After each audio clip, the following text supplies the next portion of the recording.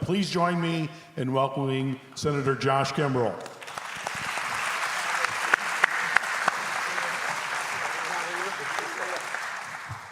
You didn't have to necessarily say that. That ages both of us for you to tell everybody you've known me since, what is that, in 20 years now? Something like that, but at least you've still got dark hair. Look, another couple years in the Senate, I'm going to have no hair. Especially since we're still there today. I see a few other senators here tonight. Rickenbaugh, you're out there.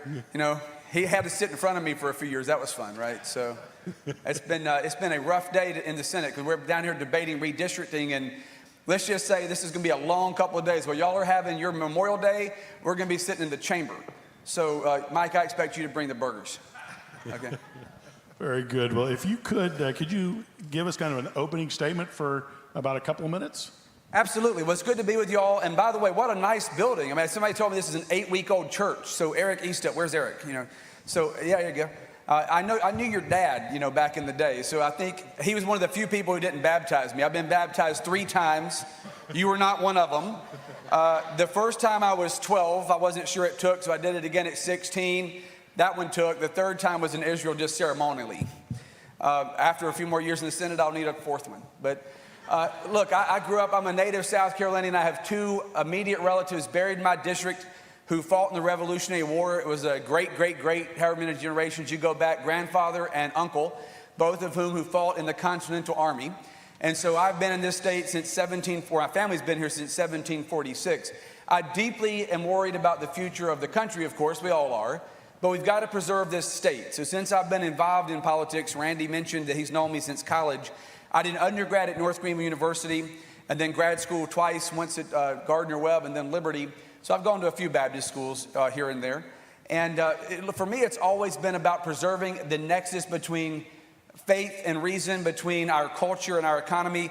I've said, even I did a 10-year radio program on his radio in the upstate on politics for, you know, from 2010 to 2020 before I came to the Senate.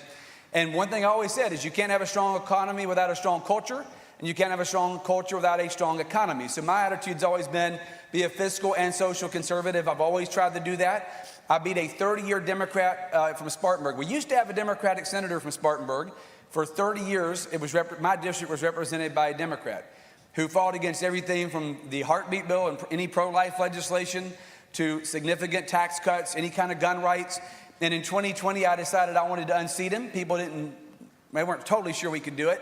I beat him by 11 points in 2020, got reelected by 22 points in 2024, and have been happy to be part of that Senate Republican majority that's actually functional. I mean, prior to 2020, you had a Republican majority in the Senate, but it wasn't functional. I mean, just because of the rules.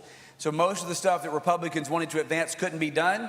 We were able to do it. When I came in, 2 other Republicans flipped seats from Democrat to Republican, and we passed heartbeat bill, constitutional carry, the biggest tax cuts in the history of South Carolina. I've been on the front row and the front line of every one of those fights for the past 6 years, and I'm glad to be here with you tonight. So I know you're going to pepper me with questions now.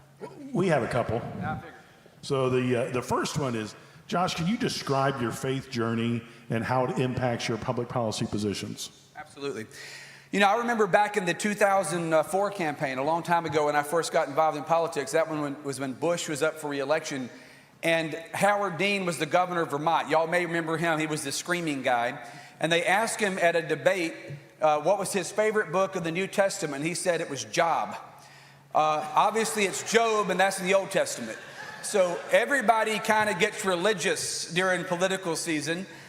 For me, the first time I ever spoke in front of a crowd, any place, more than 100 people, was when I was 12 years old and I spoke at a church. Our pastor needed somebody to fill in that Sunday. That was me. And so I got started very early in the life of my church. It was inculcated in my value system very early. I used to jog about 3 days a week with my pastor. I was involved in my youth group from about 10 years old all the way through college. I went to undergrad at North Greenville. Now, you talk about a faith journey. That's important to point out because, you know, a lot of people say they're Christians because their mom or their dad was or their grandparents were. That was true for me too, but I went to church because of that. When I got to college, even though I went to a conservative Christian school, I had this moment of like, do I really believe this enough to stake my life on it? So I'm one of the few people who's nerdy enough to tell you, I've read everything from Simon Greenleaf to Cicero to Tertullian and apologetics to understand what I believe and why I believe it. And so for me, it's not just a campaign year slogan. I decided early on in college I had to be willing to die for my faith if push came to shove, and you don't die for something you don't really believe. So for me, in my sophomore in college was a recommitment of my faith after being completely convinced I could not prove it was not true. Josh, I want to say how much we appreciate you coming out of the Senate. I know it's been a long day. Y'all getting called back in was one of the curveballs we knew we might face, but thank you. You know, you've been a reliable voice to the Senate for the pro-life cause. How do you continue that as governor? And look, for starters, we've got to start winning the argument again. It's not just that you win legislative battles, and I appreciate the work you all have done on that. One of the things I will tell everybody here who believes in the pro-life cause, and I would hope that you all do, I've cared about this since I was in high school. And right now we have, I hate to use the term because it feels like we have a lot of this going on in the country, a kind of a civil war within the pro-life movement, if you've noticed, to where some folks say the perfect is the enemy of the good. In my view, you've got to advance the ball down the field and win hearts and minds while you do it. I'll give an example. Have you all seen the movie Amazing Grace about William Wilberforce? Anybody seen that movie? One of my favorites. I think I've watched it 12 times. And Wilberforce was motivated to abolish the slave trade in the British Empire because of, in no small part, his faith, that he thought it was wrong and evil for anybody to be subjugated because of the color of their skin. I saw a button when I was in high school. I've never forgotten the slogan.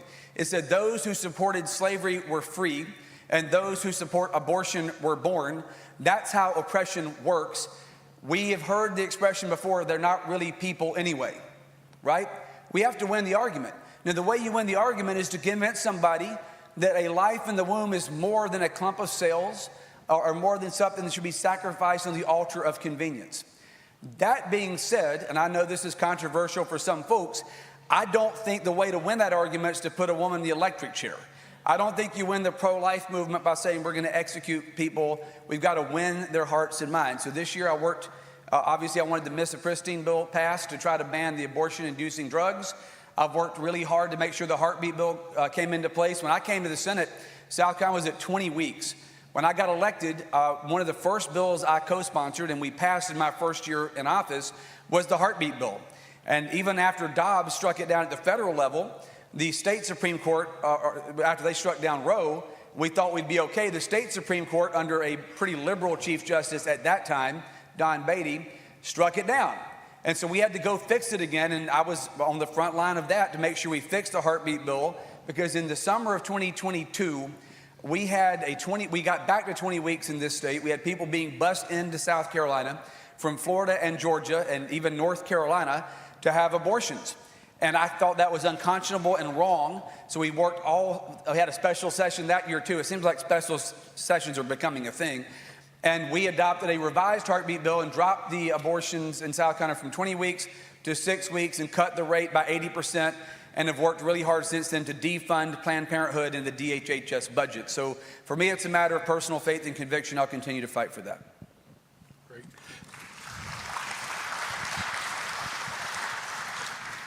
Thank you. Some members of the General Assembly have indicated their desire to move forward on legalizing medicinal marijuana. If elected governor, would you sign a bill that legalized medicinal or recreational marijuana? Well, let me start with the second part first. There's no way I'm going to support recreational marijuana in this state. I've always opposed that. We've had multiple debates. I think the first 3 years I was there, we had a discussion about medical. And one of the things I told Senator Davis from Beaufort is the only way we would allow the debate to move forward is to at least put it in a pharmacy. But at the same time, I'm concerned that we don't want to open up a gateway for this. I do not want South Carolina to be a state where you can walk down the street and burn leaf. Every time I go to Washington, D.C., it smells like pot, which probably explains a lot of the decisions that's made on Capitol Hill. I would rather never become a state that legalizes marijuana. I'll go ahead and tell you, I could do it in Clinton voice if you want me to. I've never smoked marijuana, but if I did, I would not inhale. I've never smoked marijuana, not planning on it, and I certainly don't want South Carolina to be a marijuana destination state. We got to crack down on this, even in tourist towns. I didn't know you did Clinton. Anyway, That's going to make it on YouTube tonight. Yeah. This year, there's 4 bills about legalizing gambling, Josh, and law enforcement's worked hard against it. I know Randy and I, many pastors who are here, we've worked really hard against it just to feed a bill that would legalize casinos. In one of the recent debates, you indicated your willingness to allow casinos in South Carolina. Can you expand on that and why you think that's a good idea for the state? Well, I didn't say casinos, plural. I said I would be willing to listen to a discussion on the Orangeburg resort property only, but I'm not even sure where that's going to land. I did vote against, we had a bill. Many of y'all, how many of you are native South Carolinians? You can raise your hands to that. Y'all remember when video poker was a thing, right? I grew up in Campobello, Inman area, and there was about a mile from where my mom and dad's place is still, was State Line video poker place, and it looked like a mini Vegas. And of course, when that got shut down, I thought that was a good thing. We had a debate in Judiciary earlier this year where they brought forward a bill that I can never remember this stuff. I don't even play video games, but Den of Dragons or something, where it was Dragon's Den or whatever, to where the idea was it was a game of skill, and there was a wording in the bill in the Senate Judiciary Committee that we were concerned, a lot of us were concerned, would open up the door to allow a form of video poker again in South Carolina. I think they were going to probably replace the poker machine with the dragon or whatever it was, but I voted against that. That didn't make it through, and none of the bills you've referenced have even gotten a debate on the floor this year, and I don't think they certainly won't now, and I don't anticipate those will be resurrected next year.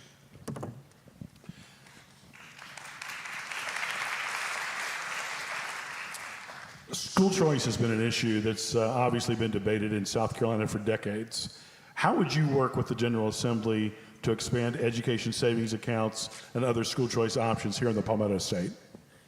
Well, Randy, this is kind of personal for you and I, isn't it? Because I think that was one of the first major issues I knew you worked on with school choice.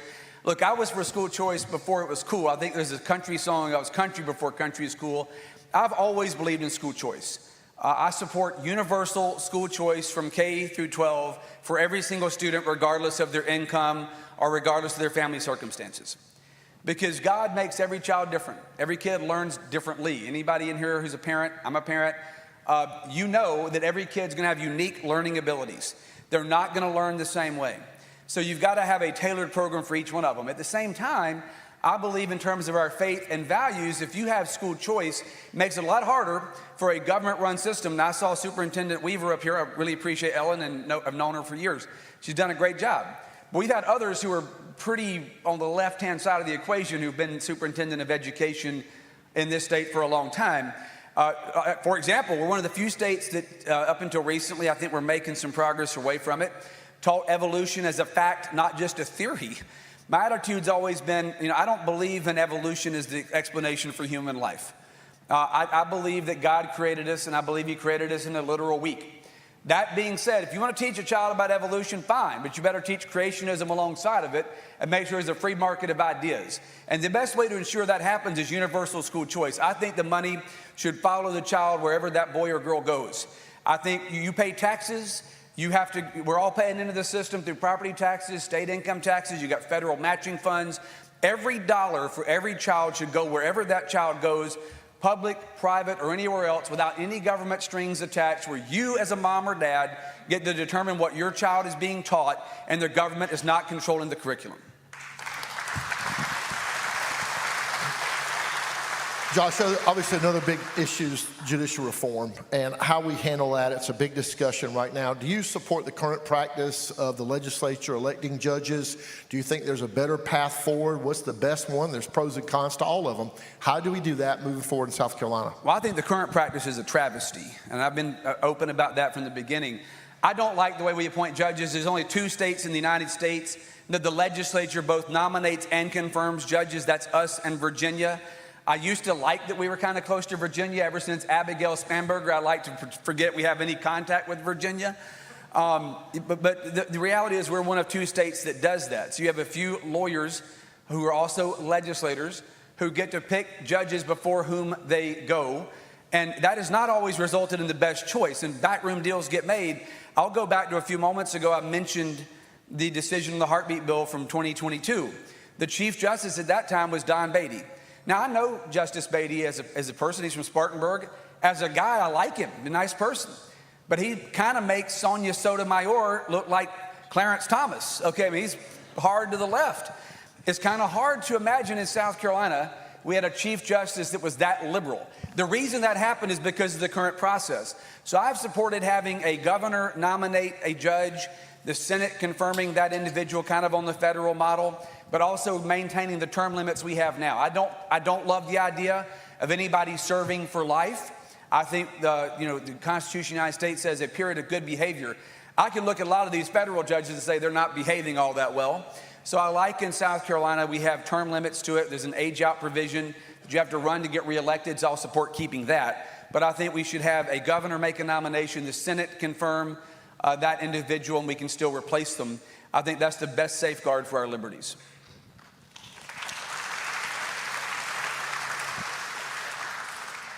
Well, Josh, thank you so much for joining us tonight.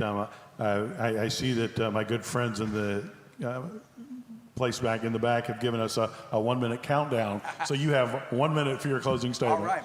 Well, look, for me, win, lose, or draw in any campaign, your faith is not something that should be politicized. That's something that governs your life, governs your behavior. I've never wavered from that ever since I was young enough to remember. I believe that there is one God. I believe in Jesus Christ being the incarnate Son of God. And I believe it's important to the maintenance of freedom in this country, that we have the freedom to talk about him openly and freely in every setting.